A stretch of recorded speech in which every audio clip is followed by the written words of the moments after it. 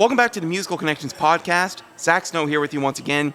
And last night at the Industry Awards, your boy took home Media Person of the Year for the second year in a row. And I just want to thank everyone who contributed to this podcast, for the artists that I've had to tell their stories, and to all the musicians who contributed their songs for newfound releases.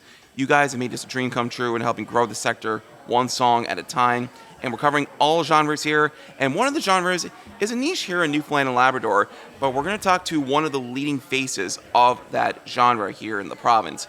Joining me right now is Albert Murphy. You may know him by his stage name, Albert Dalton. How you doing, brother? Hey, doing good. Thank you so much for having me, and congratulations again on the win. You know, like, important things are happening through this podcast. It's nice to see somebody who wants to shine a light on our scene in that way, you know, on the music scene that way. Yeah, and someone else has got to do it. I mean, like, I don't really see any of my other big media contemporaries covering the hip-hop scene like, say, I would. Yeah, exactly. And someone's got to do it, because otherwise that genre will probably just get left to the dust. Yeah, and you know, the thing is, it's good. It's even, there's been a new guy recently who, it's more Atlantic in general provinces, but he's been showcasing a lot of hip-hop talent, which is nice, you know, and it's nice to see yourself kind of at the forefront of it, but then there's a couple of other people who've now kind of taken on the role of a promotional person, and like, that's the thing that really needs to happen in this industry, you know, like,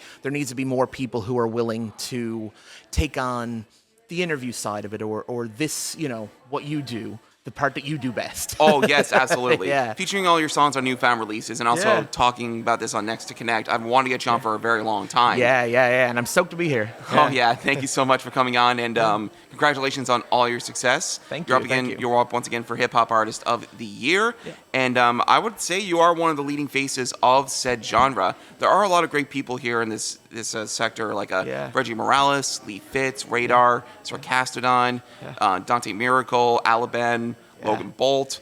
I've named a lot of them just from the amount of people I feature on newfound releases. Mac 11, J-Waves, Capital YQX. Yeah. There's so much people here in the hip-hop scene that doesn't really get covered.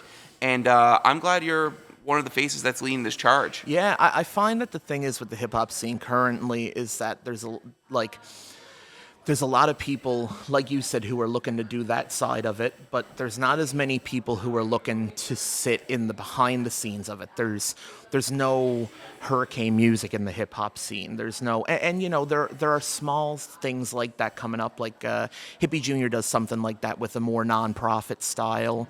Barely There, which is what I'm affiliated with. They're mostly punk music, but they've been doing some things with some hip hop artists as well. But you don't see as much of like the behind the scenes thing. And I think once that flourishes and there's people who are willing to take on hip hop, not just as musicians, I think there will be a bigger scene because of it. Do you think that's also because of the lack of venues that are specifically tailored for hip hop artists? Yeah, I find that, you know, like, don't get me wrong, there's a lot of, like, I had a release show for my most recent project, and that was phenomenal. Shouts out to Peter Easton, they do a great job. And I've played other shows that are fantastic as well, but there's definitely a lack of an ability to have just a hip-hop show unless you're doing it the way that, and this is no knock, I think that what they're doing is fantastic. It's just that there's a lot of hip-hop shows currently where there's 15 plus people on the bill and each person is getting a 10-minute set because it's the only way that we are able to get all these people a set in hip-hop, right? And I think that the more we get shows like Memoris Maximus, the one that I did recently, they had a hip-hop show that was fantastic. Two of them, actually, because there was the one in June, and then there was the one previously that was Sarcastodon's release. But things like that, I think, are bringing us closer to what we need in the province musically, and also being able to, like I played the Palestine fundraiser with Kelly McMichael. That went great. I've played a couple other shows that were mostly band shows. They went great. Being able to do more things like that will help, for sure. Oh, for sure. Yeah. And I remember that Memoris Maximus show at the Bannerman Brewery where Sarcaston had his album release. And I remember when your set happened, your mic got cut. Yeah. Your mic kept cutting in and out, and you just kept like rapping, "My name is Albert Dalton, and and I'm just like as loud as I can be. But like, it's just amazing to see that like you don't care if the mic goes, you're going to continue rapping anyway. The old hip hop adage. So like, as much as I try to like, I don't enjoy the idea of like the old head hip hop mentality. And I think that like, things like auto-tune and things like trap music are the future of hip hop. But one of the most important things that I've ever learned from an old head, which is what you call somebody in hip hop who prefers the older stylings of music. Oh yeah. Is one of the things I've learned the most is that you have to cut through any sound system, any speaker, even if there isn't one, you have to be the voice that can be heard. It is very important to be the voice that can be heard. If you take if you take 10 people and put them out and you give them a 10-minute set and the only person's voice that you can hear is mine, they're going to go home and they're going to remember me, and that's the important part. That's a great way of putting things because, like, with all the artists that are in the genre, you really want to be the one that stands out amongst the crowd. You do, and the thing is that there's not a lot of that anymore, especially there's become a big thing in hip-hop of, like, kind of performing with the tracks that you have recorded, with like basically taking the song that you would release on Spotify and just playing that when you perform live. That's become a very popular method of performance in hip hop. And there's a lot of hip hop fans that don't mind it, and there's a lot of people that, enjoy performing that way. But when it boils down to it, when you put those people on stage next to somebody who don't, like, there's a style that shines out, you know? And I think that that was the most important thing that you could learn from old school hip hop, is that the speakers are shit. Pardon my language. I'll put an explicit tag on this. Don't worry about it. The speakers are garbage, and you're gonna have to cut through them. That's the most important thing. Even if there isn't a speaker, like there wasn't at that show for a bit. Oh yeah. It's funny. Sarcassonon actually sent me a photo. The cord that we were using for the microphone was in two pieces at the end of that set. It died. Like it. Yeah, it was bad. Yeah. But like, I remember that show just from that particular moment where you were just rapping, you were just like continuing to, spit your bars the way you do. I've done that too. Like, I played a live show recently where I did very similar. There was only two microphones, so when everybody else started to rap and I couldn't do my ad-libs, I just did them louder. And you want people to hear you. Yeah, you really do. You need people to hear you, especially like, you see sometimes even like a rock band perform live and you see them and you're like, oh, they were tight, they were good, but like I couldn't hear that singer worth a damn, yes. Like, and that happens and it's sad, because that person worked hard, right? Oh yeah. And so I'm very much of the mentality of like, y'all are going to hear my hard work, like for sure. People are going to hear what I did. Awesome. So, how did this journey all start for you, Albert, when it comes to hip hop? Yeah, it's a weird one. My brothers are like very much interested in hip hop in some way, shape, or form. One of my brothers was very into breakdancing. He was a very, very good breakdancer, very accomplished. My other brother had a lot of friends who rapped in the Toronto scene. He also worked for some bootlegging companies, which is specifically, he gave me a bootleg Eminem CD, which had like all of the tracks that had been leaked that weren't released yet and stuff like that. And that was my first experience with like real hip hop. Wow. Was this like bootleg Eminem CD that had 2 discs. Every time I put it in a CD player, it'd eat it and like it wouldn't want to spit it back out.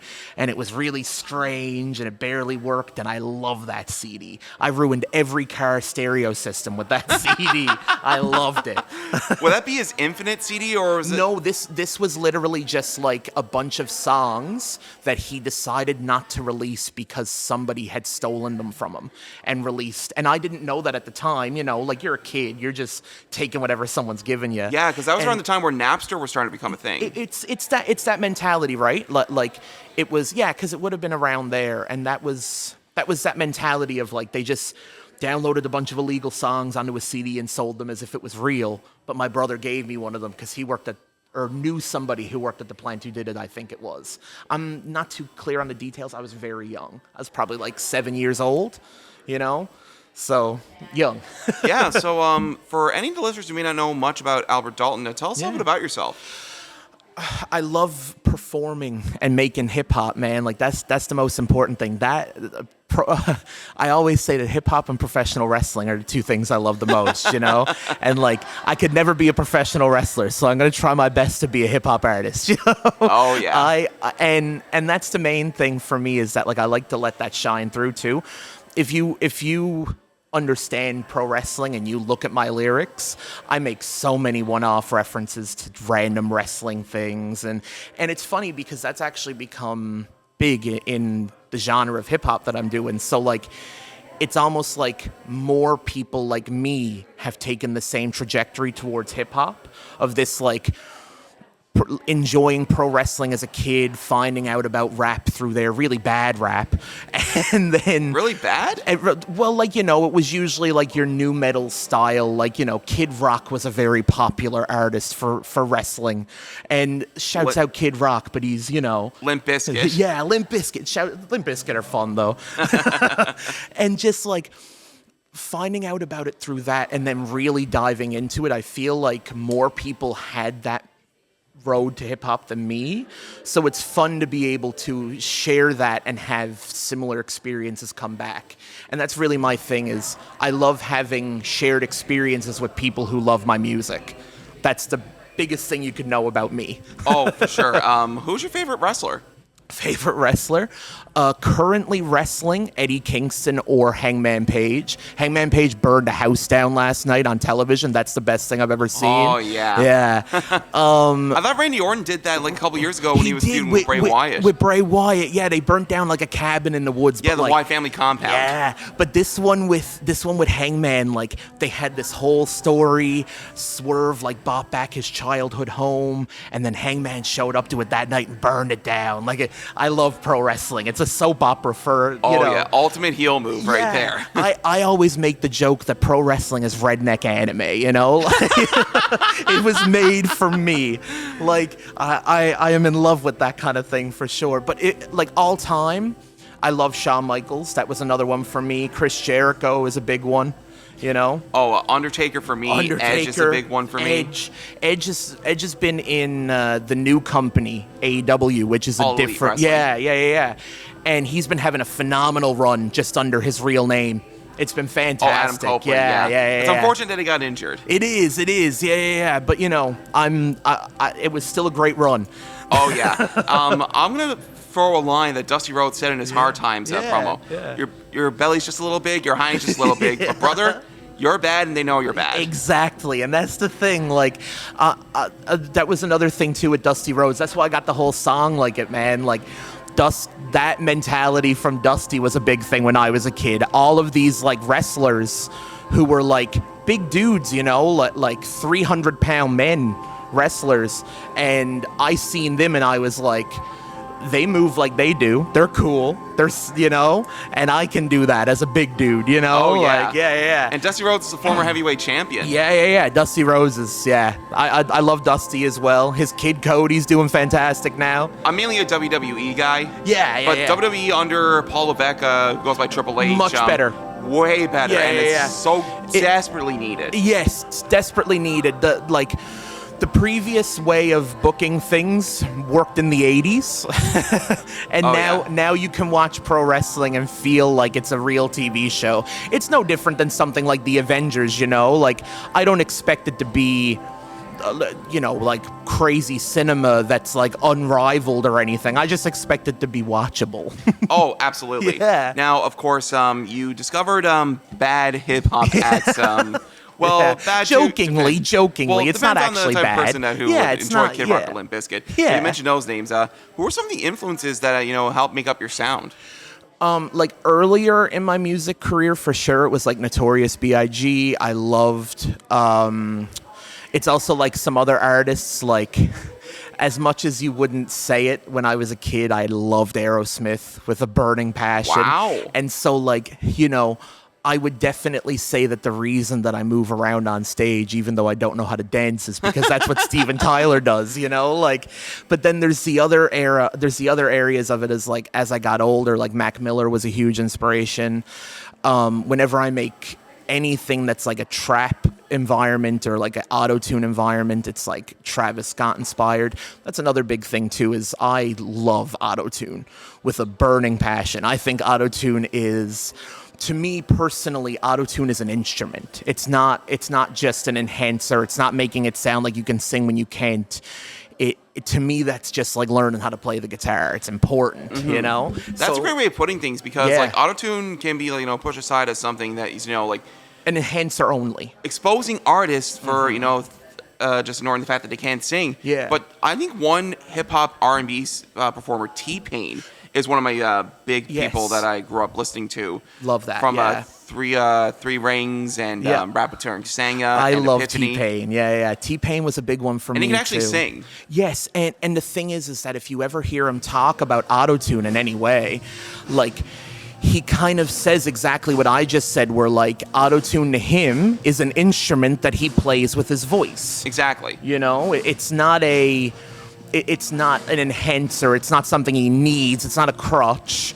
It is an instrument, and that's what I love about it, And a lot of that, like you just said T-Pain, and that just brought back memories. T-Pain definitely has something to do with where my auto-tune music comes from, I love T-Pain. From 2006 to 2009, he was on every hip-hop and R&B song Everything, ever. Yeah. Not everything, that's an exaggeration, but you heard him a lot. But the thing is like every time that there was a popular song on the radio that was in that sphere of music, if T-Pain didn't sing on it, he probably wrote it. Like he was everywhere. Everywhere. And he's that's a big thing for me too. I don't know, like he does a lot of live streams, right? And like live streams himself making his music. Oh, Nappy Boy. Gaming Nappy sometimes, Boy gaming. and then there's but then when you see him do things like that, you really start to understand that, like, especially when you're using auto-tune in the terms that he does, like Melodyne, which is a different software entirely. It's a big thing. Yeah, and he produced a lot of the beats himself. Yes, yeah. He started out as a producer mostly, right? Like before he was in, I want to say the group was called like Tallahassee Boys or something like that when he was young. And like he used to make beats mostly for like breakdancers. Wow. Right? Like this is like, I could be wrong saying that. I could be lying on God's internet here. But like, I'm pretty sure I read something along the lines of like he started as a producer just for that. And then it basically became like, you can sing, bro, just sing. Yeah. And you can sing too. And he T-Pain's like probably one of the more influential artists of the new millennium. Yeah, well, I mean, like even when you look at something like, a lot of people will say that 808s and Heartbreaks, the Kanye album with auto-tune was very influential. But like T-Pain stuff came out first and was influential for Kanye to do that, Oh, big time. Yeah. Big time. Yeah. If there was no T-Pain, there'd be no 808s and Heartbreaks. Exactly. Yeah. Or Sheer. Shouts out Sheer's Believe. Oh, Cher was probably the first artist out there that really used auto-tune Shouts out as Sheer's the instrument. Believe. Yes. Yeah. It's cool for sure. And it was part of that time where like, Eurodance and Europop were like really people exploding. were looking for that sound too, because like people were using vocoders for that sound, and it wasn't giving what they wanted. It was like vocoders are kind of too robotic. Yeah. So you found this perfect middle ground with autotune, which actually autotune was originally used to find oil in the ground. It wasn't for music at all. It was invented by a guy who was working for like one of the big oil companies, and he was a musician. So when he finished his like coding and stuff, he was like, oh, I'm actually not going to give this to the oil company. I'm going to go make some money. Wow. Yeah, so like it has a really interesting history too, So let's head back to the Newfoundland and Labrador hip-hop scene for a moment. I mentioned all those names at the very beginning. Yeah. How would you describe the state of hip-hop in our province? I think that like there is enough talent here that the respect and appreciation for hip-hop is a little bit misconstrued.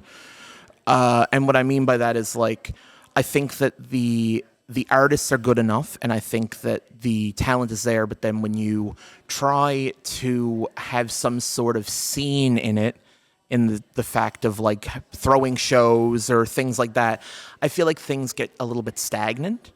So I feel like there is a brick wall somewhere there that none of us have really figured out yet. Yeah, so what do you mean by stagnant? What do you mean by that? I find that like if you're booking just hip-hop shows, you run into this problem where there haven't been very many, and there are hip hop shows. I'm not saying that there are some fantastic hip hop performers that perform a lot.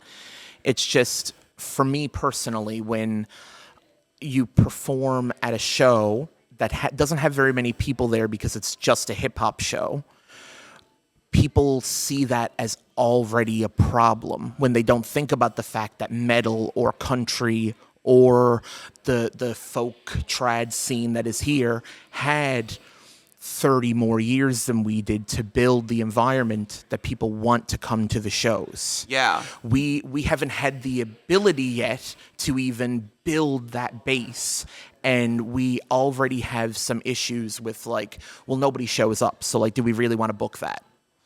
Yeah, but you also got to consider hip-hop was one of the biggest genres in the 2000s. But the crunk movement was huge. Yeah. And even, like, late 2010s, trap was dominating the charts. Even now, you know, like, there is still a sentiment to the idea that if a song isn't doing well, an artist will just throw a rap feature on it, you know? Like, there is something to that even to this day. It's not all the time, but it happens. So do you hope for that here in Newfoundland and Labrador? I hope for more understanding of the scene in general. I don't really know how I expect that to be visualized, because there's many ways that it could, and I'd take all of them. So, you know, it could be more support for shows, and I don't mean people coming out to shows, because that will come the more you play. I just mean more people being willing to deal with the bump in the road that is a new scene, you know?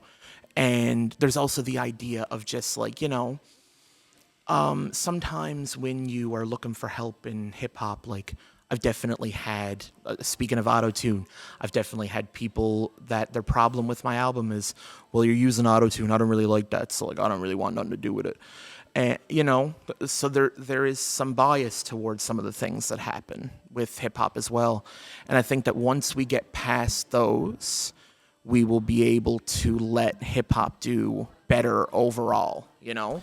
Oh, 100%. And it's just, it's going to take some time for, you know, the overall general public to accept it. Yeah. There is definitely, like, a market here for hip-hop here in Newfoundland and Labrador, but it's going to take some time before the general public accepts it more as a steady scene that can really, you know, make something here. And, you know, there are definitely some dudes that are doing some great things. Like you mentioned Dante earlier. Juno is also a fantastic artist. And there's some other dudes that are doing some great things too. Like I'm working with Reggie and Smooth, and those dudes are awesome. Liam, Cat Café makes some fantastic instrumentals. In my personal opinion, we have the best hip hop instrumentalists in this country. That is me being maybe a little biased, probably very biased, but I believe it. But like, there's some beats that can really contend with some of the big name hip hop artists that you see nowadays. Yeah, for sure. They're fire. Yeah, the instrumentals that are coming out of this province for sure. Like the rappers are great, but I expect the instrumentalists in this province to do the best for sure. Oh, 1,000%. Now, one of the people that you are very close to, of course, is your partner Miranda McDonald, who goes by Miranda Anderson. Stage name, Yeah. or Miranda Anderson. Yeah, Miranda Anderson. Yeah. She goes by Scarlett. She's also in her own rock band called Marrow as well. She's phenomenal. She's a fantastic singer. She's also working on an album with Marrow. I've been helping write that as well, a rock album, which is fantastic. That's also really different for me as well, which is fun. Oh, yeah. But you definitely have that Aerosmith influence there, too, because of, like, you know, the showmanship that Steven Tyler brings whenever he plays on stage. Well, yeah, and especially when I'm writing rock songs for her, I definitely had to think about, like, you want to talk about autotune, there is a lot of, and it is crutch autotune. When I record the versions of the songs that she will eventually end up singing, there is a lot of crutch autotune on those because I cannot hit those notes. I cannot do what she can do. And then she comes in and 3 takes later, the song's completed. And it barely took her any thinking.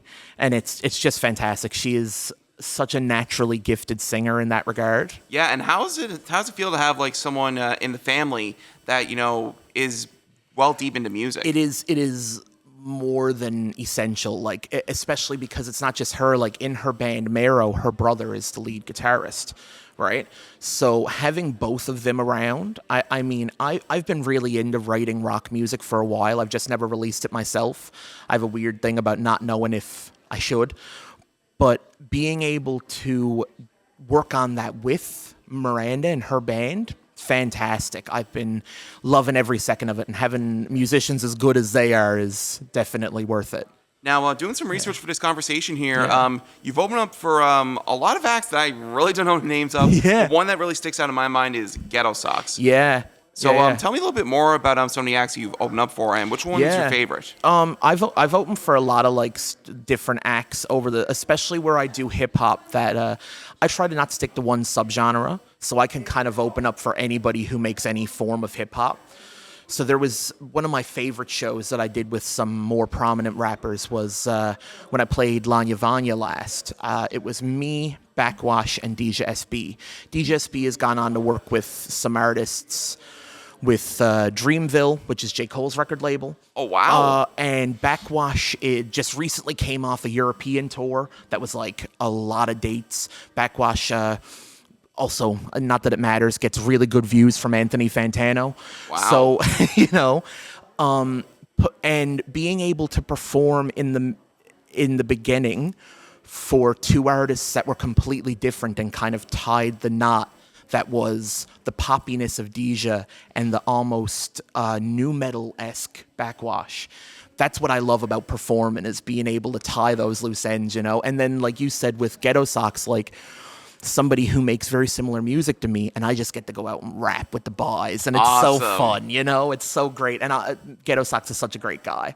Is there anyone here in the future that you would like to collaborate with? Who would that be and why? Oh man, so there's a couple of people that are specifically like barely there individuals that I keep saying like I'm attempting so hard to collaborate with, like Andrew Smith. He's a phenomenal country singer, and I don't know how that would work, but it would work.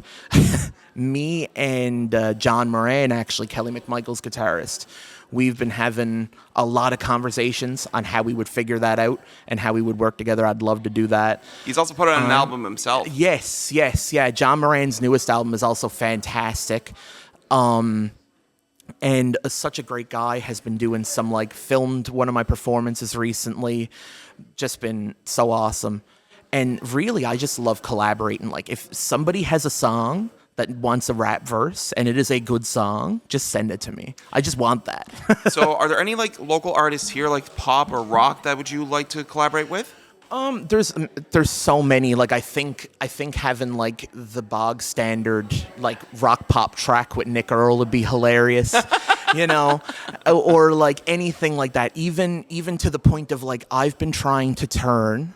I think you got Rum Ragged on, yeah. And I think they do a version of Dirt Poor Dirtbags by Ron Hines. Yeah. I have been trying to turn that into a hip hop beat forever.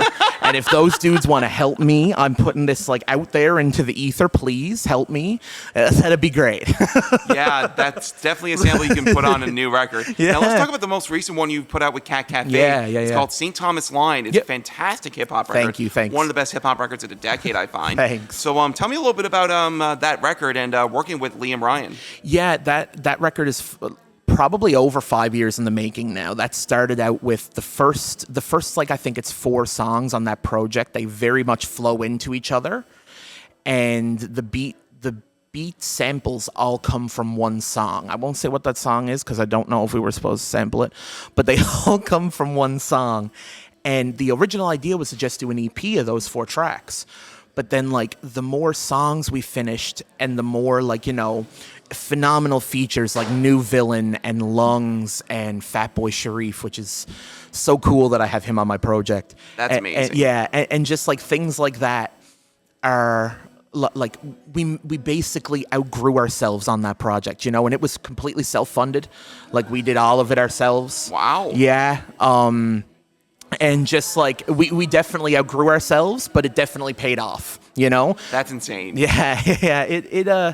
It's a hard thing to put out an album that is that personal to you, because if it didn't do well, you almost feel like you personally have a problem rather than you musically. And it did do well, so I ended up not having a lot of those emotions. But I had enough of them before the album came out, for sure, of will this work? Is this the right move? And I feel like it was, especially when I had a lot of people saying that an album that is supposed to be a love letter to your home maybe shouldn't be as sad or maybe shouldn't be as angry sometimes. But I think that the people who got it.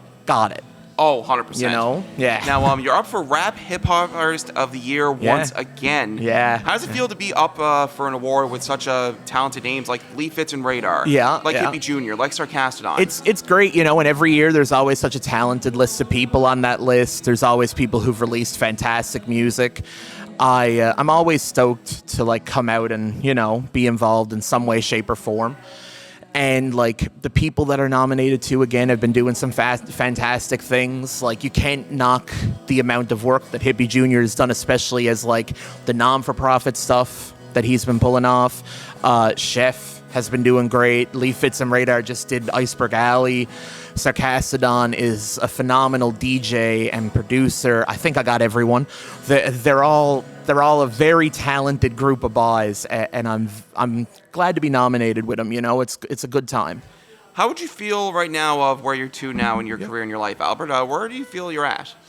I feel like I'm just below where I want to be, but I think I've always felt that way. I think that's the only way that I stay motivated, is to feel like I'm just below because I felt that way before the album, and I was like, if I could just get XYZ stats, it'd be perfect. And then I put out the album and I got those exact stats, and I still in my head am going, well, if I just got this now, well, if I just got that now. And that's kind of, I've been releasing at least one song a month, way more than that typically, ever since the album.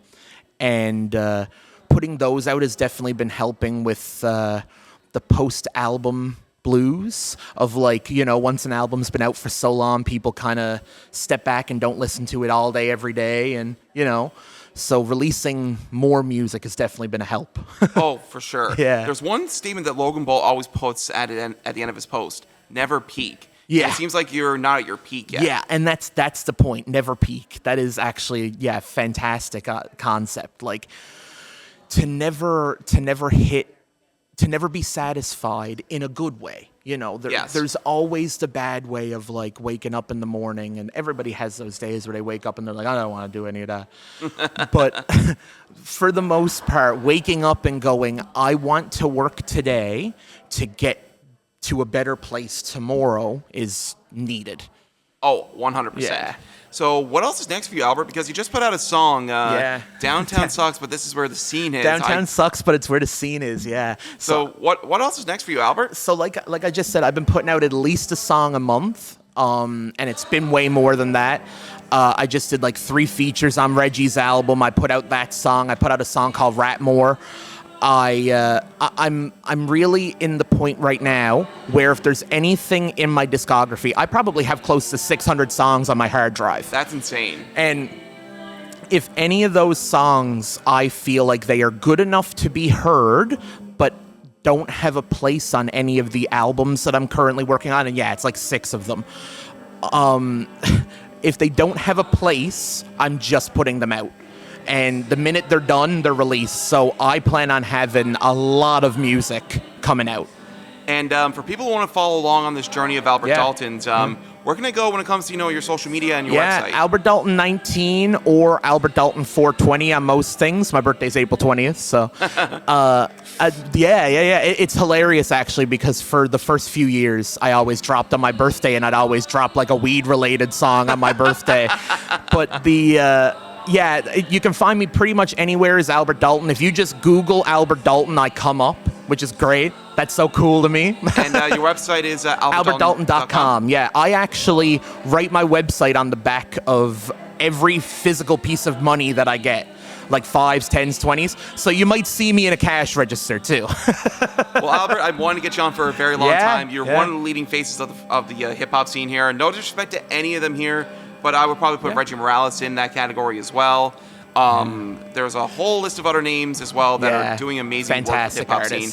and I'm glad I'm able to cover it and, you know, highlight the scene where it really needs to be highlighted, because a more diverse Newfoundland and Labrador music sector is better for all of us. For everybody. I'm all about growing this sector one song at a time, no matter what genre it is. Yeah. And we are really doing that right now. So, Albert, thank you so much for joining me on the Musical Connections Thank you podcast. so much. Thanks you so have a wonderful much. day, and best luck with everything you're doing. Yeah, you as well, dude. Have a good one. Thank you.